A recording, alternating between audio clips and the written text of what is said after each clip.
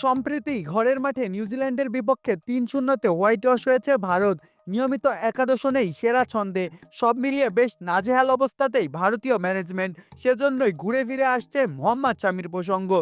মাত্রই ইনজুরি কাটিয়ে ফিরেছেন মোহাম্মদ শামি। রঞ্জি খেলেছেন, পারফর্মও করেছেন। সিরিজের মাঝপথে অস্ট্রেলিয়া চলেও যেতে পারেন বলেই গুঞ্জন উঠেছে। এখন প্রশ্ন উঠতে পারে, কেন শামিকে নিয়ে এত তাড়াহুড়া ভারতের? দুয়ারে বর্ডার গাভাস্কার ট্রফি। অধিনায়ক রোহিত ব্যক্তিগত কারণে মিস করবেন প্রথম টেস্ট, হয়তো দ্বিতীয়টাও। এদিকে লোকেশ রাহুল, ধ্রুব জুরেলকেও প্রস্তুত করতে বেশ বেগ পেতে হচ্ছে ভারতকে। পেস বোলিংয়ের দায়িত্বটা আপাতত জাসপ্রীত বুমরা ও মোহাম্মদ সিরাজের উপরে। আকাশদীপ, প্রসিদ্ধ কৃষ্ণা, হর্ষিত রানারা বিকল্প হিসাবে আছেন বটে, তবে তাদের অভিজ্ঞতার ঘাটতি বড্ড ভোগাবে ভারতকে। শুধু পেস ইউনিটি না, স্পিন বিভাগেও বেশ দুর্বল এবার ভারত।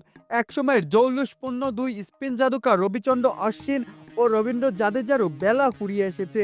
ওয়াশিংটন সুন্দর যদিও আশার আলো ছড়াচ্ছেন, তবে ঘরের মাঠে ৬৭ টেস্টে ৩০.৪৪ গড়ে ২৫৯ উইকেট নেওয়া নাথান লিওর সামনে তাকে পুষতে ছোকরাই লাগবে হয়তো।